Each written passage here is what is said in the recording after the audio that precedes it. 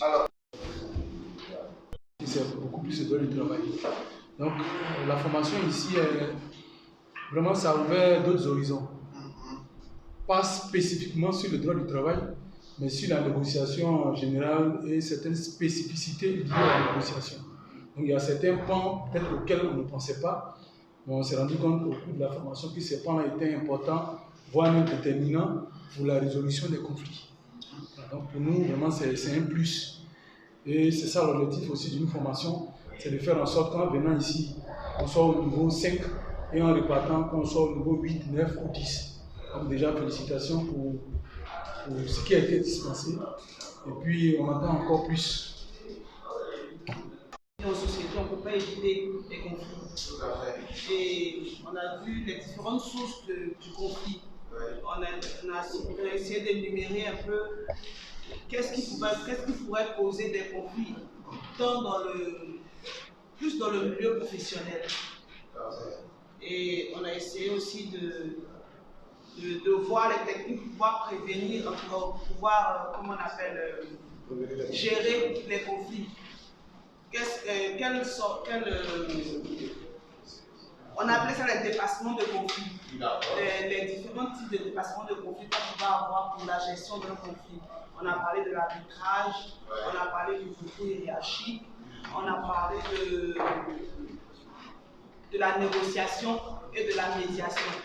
On a vu hier le conflit, on a vu les sources liées au fonctionnement de l'organisation, les différents types de conflits, les sources psychologiques, en tout cas les différents sources de conflits.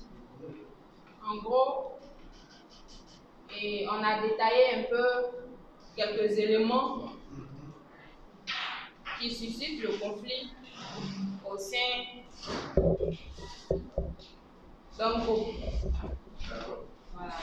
Merci beaucoup, Sœur Village. Suivant. Vous avez tout dit. Voilà, avant, c'est bien.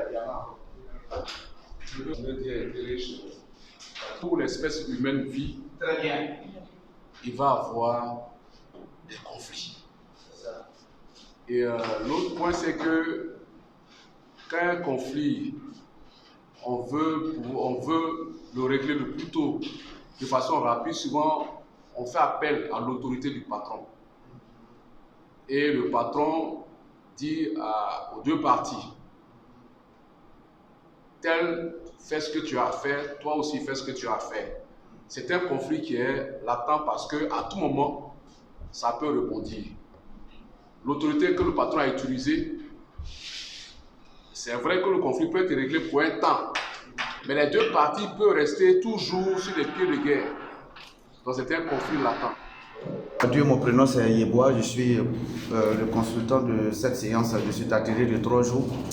Et nous sommes là pour le compte du cabinet CIDH, juste pour renforcer les capacités de tous les syndicats ici présents, issus de cette cellule centrale de l'Union nationale des travailleurs de Côte d'Ivoire.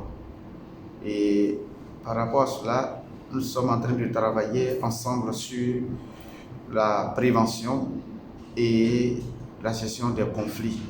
Parce que nous nous rendons compte que nous ne le voulions pas, étant donné que nous sommes des êtres humains, nous sommes appelés à vivre ensemble, à être ensemble. Et si nous sommes ensemble, que nous devons vivre ensemble, le conflit est inévitable. Inévitable parce que cela fait partie de la vie de l'homme. Alors il faut donner les notions de base pour que s'il y a des conflits au sein des organisations ou des syndicats qui existent, qu'ils puissent avoir les capacités ou les ressources nécessaires pour répondre à la gestion de ces différents cas de conflit. Et pourquoi ne pas aussi développer des mécanismes, des systèmes de prévention afin que l'on puisse vivre heureux dans son milieu de service. Raison pour laquelle nous sommes là. Alors, c'est juste notre présence en ce lieu.